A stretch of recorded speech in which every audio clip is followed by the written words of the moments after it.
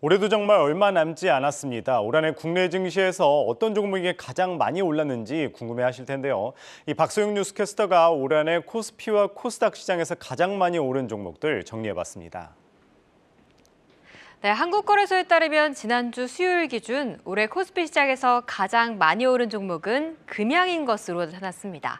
시장 점유율 30%의 글로벌 1위 발포제 제조회사로 올해 2차 전지 관련 사업을 본격화하면서 주가가 무려 403%나 치솟았는데요. 지난 7월 삼성 SDI와 LG 에너지솔루션에 이어 국내 세 번째로 2170 원통형 2차 전지 개발에 성공하면서 주목을 받았습니다.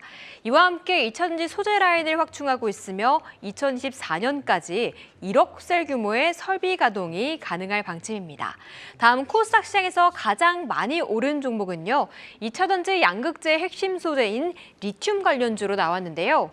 바로 하이드로 리튬과 어반 리튬이 높은 수익률을 기록했습니다. 리튬 종합회사인 리튬 플러스가 지난 10월 국내 최초로 자동화 배터리용 수산화 리튬 생산 공장을 준공했습니다. 이 리튬 플러스는 상장되지 않은 채 1위 하이드로 리튬을 자회사로 10위 어반 리튬을 관계사로 두고 있습니다.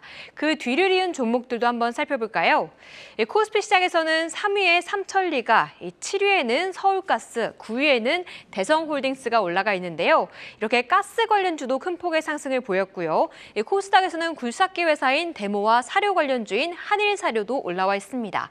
바로 러시아와 우크라이나의 전쟁으로 인해 곡물 가격과 천연가스 가격이 오르면서 이렇게 관련주들을 끌어올렸습니다. 곳곳에 테마나 품절주들도 들어가 있지만 역시 우리 시장 주도주는 2차 전지였죠. 오늘 산업은행과 기업은행, 신용보증기금 등 정책금융기국이 내년 중 총 205조 원의 정책 자금을 공급하겠다고 밝혔습니다. 국가 간의 산업 경쟁이 심화하는 상황에서 반도체와 2차 전지 분야 초격차 지원에 나서겠다는 입장을 지켜보는 게 좋겠습니다. 네, 올해 들어 이 코스피 20%가량 빠진 가운데 이 삼성전자를 제외하고 시총 상위주들 순위 변동이 컸습니다. 특히 2차 전지주들 그 가운데 약진을 보였는데요. 그러나 이제 최근 2차 전지주들 테슬라와 함께 지지부진한 모습입니다. 과연 증권사 전망은 어떤지 박소영 뉴스캐스터가 알아봤습니다. 네, 지난주 LG 에너지솔루션과 삼성 SDI, SK이노베이션 등 국내 배터리 대형 3사의 주가는 전기차 수요 둔화 우려와 미국 IRA 불확실성에 평균 6.2% 하락했습니다. 같은 기간인 코스피 하락률 4.3%보다도 더 떨어졌는데요. 그래도 오늘은 오랜만에 반등 나오면서 첨보가 4%, 코스모 신소재도 2%, 에코프로도 1% 오르면서 소재주들이 동반 상승을 보이고 있습니다.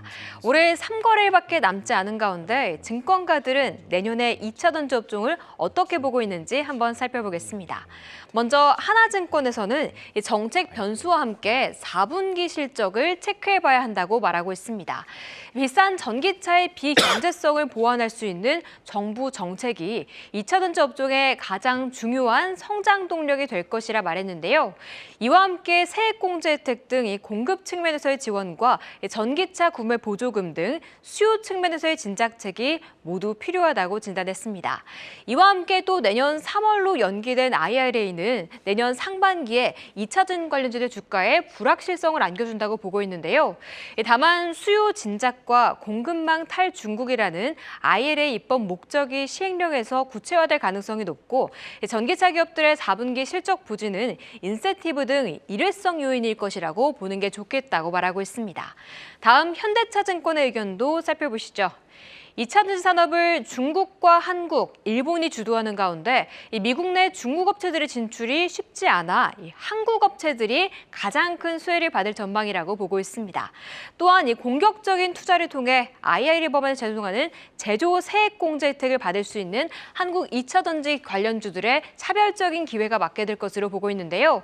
다만 세액 공제 예산 대비 예상 혜택 규모가 워낙 크기 때문에 이 부분이 어떻게 적용될 것인가가 내년 연초 가장 중요한 변수가 될 것이라 덧붙였습니다.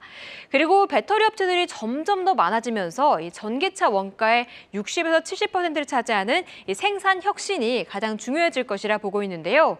이 CTP, CTC 기술이 활용되면서 이 배터리 업체와 완성차 업체 간의 협업이 더욱 중요할 것이라 보고 있습니다.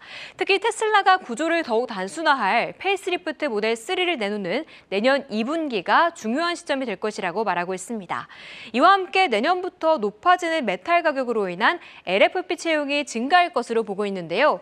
이에 국내에서는 포스코 케미칼이 긍정적일 것이라고 평가하고 있습니다. 예, 오늘은 이 올 한 해 가장 많이 올랐던 종목들 또 2차 전지주들 내년 전망에 대해서 알아봤습니다. 박소영 뉴스캐스터였습니다. 잘 들었습니다.